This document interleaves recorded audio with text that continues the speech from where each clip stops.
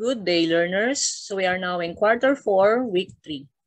Our most essential learning competency, discuss how energy from the sun interacts with the layers of the atmosphere.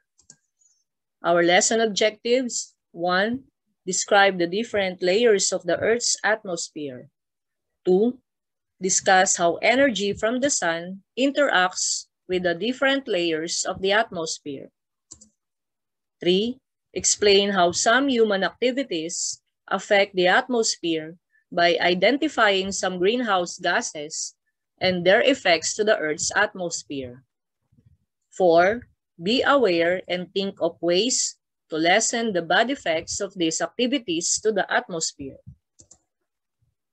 So atmosphere, these are layer of gases that surrounds the Earth. In our atmosphere, temperature and pressure change with increasing height. So we have major layers of the atmosphere.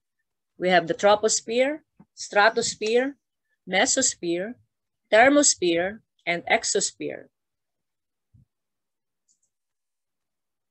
The atmosphere can be divided into layers based on its temperature, as shown in the figure. So the first layer is the troposphere. The troposphere is where all the weather occurs. It is the closest layer to the Earth's surface. It is the layer we live in. So the higher altitude, the colder the temperature. So sa troposphere, nangyayari lahat ng mga weather phenomena, gaya ng ulan, bagyo, at iba pa. Kasi nandito sa troposphere yung ating mga wind system. It is the closest layer to the Earth's surface. So pinakamalapit na layer sa Earth. Ito yung unang layer mula sa Earth's surface. So habang tumataas yung altitude, yung lugar, mas lumalamig yung temperatura. So halimbawa sa Baguio, so mataas yung lugar doon, malamig yung temperatura nila. Ganon din sa Tagaytay.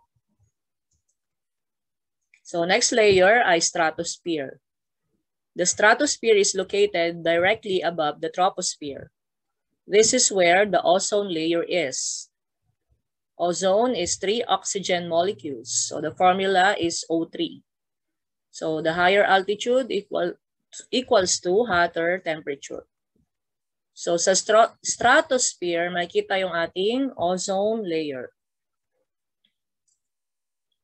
So the ozone layer helps protect us from the sun.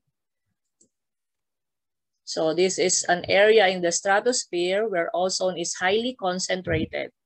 It absorbs most of the ultraviolet rays from the sun. So next is mesosphere. The mesosphere is located directly above the stratosphere. This is where meteors and comets are destroyed. So this is also the coldest layer.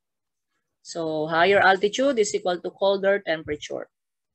So dahil sa mesosphere, naprotektahan tayo sa pagtama ng mga meteors at comets. So ito yung pinakamalamig na layer. Most meteoroids burn up here. The air is very thin, but still dense enough to slow down meteoroids because of friction.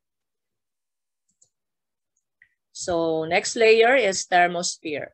So this is the hottest layer of the atmosphere.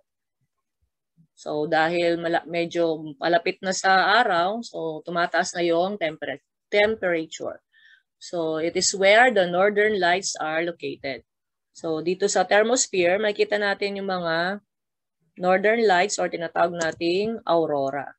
So ano nga ba yung northern lights? So this is the bright dancing lights of the aurora are actually collisions between electrically charged particles from the sun that enter the Earth's atmosphere. The lights are seen above the magnetic poles of the northern and southern hemispheres. They are known as aurora borealis. So, pag nakita natin tong aurora, para siyang sumasayaw na light. Yan, dancing light.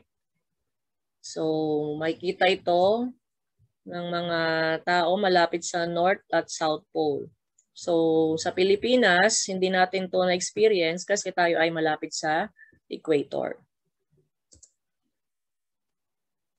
So, the next layer, another layer, sub-layers, we call it the ionosphere. The Earth's atmosphere contains a series of regions that have a relatively large number of electrically charged atoms and molecules. As a group, these regions are collectively called the ionosphere. It is the lower part of the thermosphere. Solar radiation is very strong here and is absorbed by the few oxygen and nitrogen molecules, resulting in electrically charged gas particles that cause heat. So AM radio waves bounce off these ions and back to Earth. So the last layer, the outermost layer of the atmosphere is the exosphere. So the exosphere is the uppermost region of Earth's atmosphere as it gradually fades into the vacuums of space. The air in the exosphere is extremely thin. In many ways, it is almost the same as the airless void of outer space.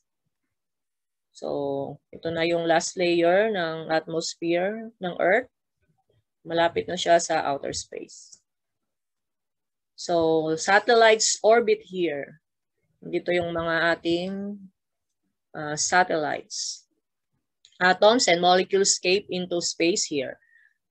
TV and cell phone signals travel to satellites here and are bounced back. So the sun and the earth. So both the sun and the earth are sources of heat that power an interconnected set of dynamic systems. We have the lithosphere, hydrosphere, cryosphere, atmosphere, and biosphere.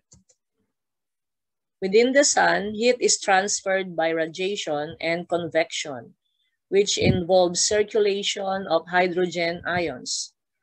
Within the earth, heat is transferred by conduction and convection, which involves circulation of silicates in the mantle and the crust, and by the circulation of iron in the liquid outer core. On the surface of the earth and the atmosphere, heat emanating largely from the sun is transferred by convection, which involving the circulation of water and carbon. Both the sun and the earth and their atmospheres are